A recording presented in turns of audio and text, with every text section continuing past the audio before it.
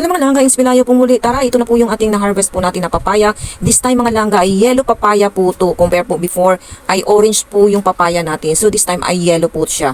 So try nyo po yung ganitong pag-serve po ng fruit salad para maiba po mga langga. Tara, sabayan nyo po ako. Ganito lang po ang simpleng pag-prepare at explore ko na naman po ito. Panibagong flavor na naman po ito para po sa inyo. So ganito lang pag-slice mga langga at this time gagamitan lang po natin siya ng powdered milk po mga langga. Wala po tayong condensed milk kaya try natin yung ganitong flavor.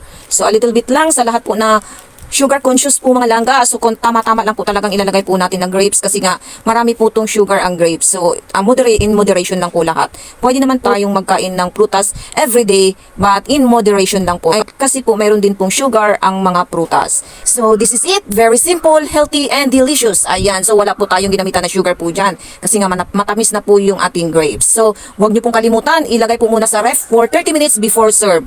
Take it from me. Please click follow for more tips para naman po ma-notify po kayo every now and then meron po tayong bagong uploads. Thank you. Love, love, love.